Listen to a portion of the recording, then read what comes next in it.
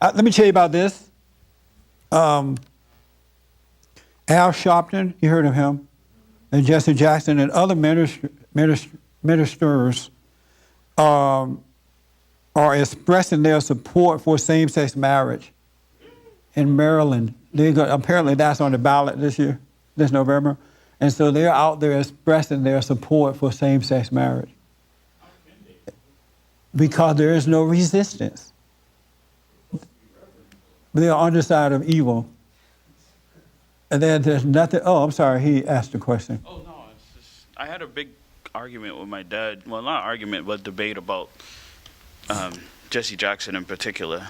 And when you make this announcement of them supporting something like that, I just can't get it. Because it's like, how can you put that name behind your name, that, you know, the Reverend, and then you go and support something that's clearly stated in the Bible? That's the name Reverend give you a false sense of power and respect from people. So that's why they got that name there. It's not that they believe in it. And the best way to understand them is to understand yourself.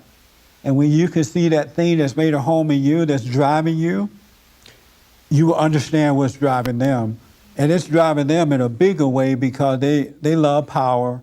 They're in the media. They love the attention. They love the way people carry on over them. So that thing that's in you has grown to be big inside of them and consume them. And so whatever they can do to hold on to that ego-building power, then that's what's driving them. That's exactly what it is. It's the same spirit that's in us, but it's just bigger in people who are in politics and entertainment and stuff like that. It's the identical same spirit. That makes sense? Yeah, so that will help you to understand it, really what's going on.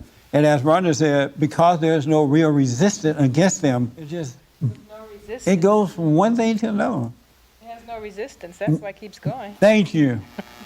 I love that.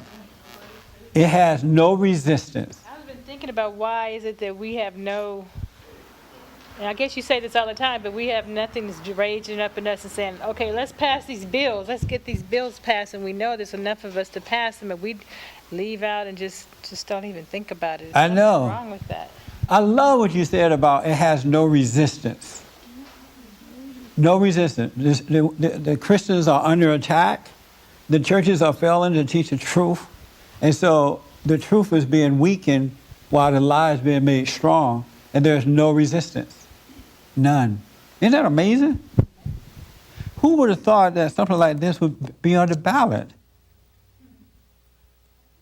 It shows you how brainwashed we are and how much we need leadership, in a sense that we need spiritual leadership, but we really relegate that to, political leadership, and we wait for them to tell us what to do. Yes. And since they're telling us it's okay, we're saying, even if we don't believe it, we don't take action to do anything differently. Yes. Isn't that amazing? It's amazing. It's mind-blowing. But if we look at our lives, really closely at our lives, there is no resistance to evil in our lives as well as we turn away from the truth. And the further you get away from the truth, then evil takes over our lives, and it just really drives us and makes us do things we don't want to do, to a point that you'll be out of control, almost at the point of destruction, and then some people wake up, but most won't, because there is no resistance. We need that truth inside of us so it can fight or resist evil for us. But when you don't have that, there's no resistance. I love that. I'll probably be saying that from now on and acting like I discovered that. But there is no resistance. And we need resistance in our lives, our personal lives and public life. And because they have said, okay, you can have sex in school, or teaching that to the kids and whatever, when they get older, they have no resistance at all. Anything goes. And that's how evil operates. The media supports it. The black community, not all, but most support them. The liberal whites support them. So there is no resistance. That's why they can just go do this and not even worry about it. They don't realize, they don't feel the pain of being wrong, because they don't have that conscience there or anything. Sin is fine to them. And if we don't get a hold of our life, we'll become the same way, in a different way, doing different things, But if we don't have something to put up that resistance against evil within us, then we'll do things that we regret too. Or whatever, you know. But that's what's going on. That's why God wants us to focus on these things. Seek first the kingdom of God and his right way. As he is revealing things to us, he's going to also provide for us as well. He'll take care of us. He will work it out so you can always have a job, have food on your table. Your kids will be fine. But you got to get to know yourself so you can understand what's going on around you. And then also when you understand it, it prevents you from judging these people as well. Let me tell you about this, what I realized about the ego. This is why I'm running out of time. I only have about 5 minutes. The ego, and I want you to pay attention to this within yourself so you can see what's driving you. And Paul said that he realized that it wasn't him, but this thing made a home inside of him, and it is driving him. So once he realized that, I believe that he was able to relax and just watch what was going on within himself. Then he was able to live and do what he needed to do. The ego is, it just consumes us. It really, our mind, the way we think, the way we feel, the way we act, how we treat ourselves and others, the fear. What ego does, it brings on doubt. And its primary thing is to bring on fear. Have you noticed that about the ego? Fear about the future, fear about what's going to happen to you, fear about your job, fear about your relationships, fear about yourself, fear about everything. The ego is all about fear. And it can work on your mind to a point that it will cause you not only to destroy others out of this fear, it'll make you sick. It'll make your blood pressure go up. It'll create diseases. It'll destroy everything. And it's all out of fear.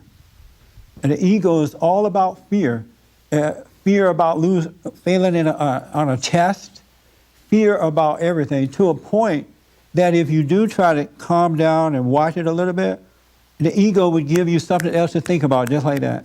If you say, you know what, I remember Jesse said, when this calmed, it just calmed down for a moment so I can see the solution to the problem. But the moment you realize that you need to calm down, it'll come and give you something else about the issue to think on, to put fear in you. And it's not you, it's not God doing it to you, it's the nature of Satan. It's all about fear of the future. And if you notice with the ego, it cannot survive in the present. It does not survive when you're living in the present where God is. It has to have a past and a future.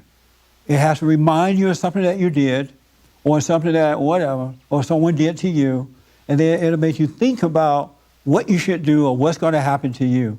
It jumps over the now. It doesn't survive in the present.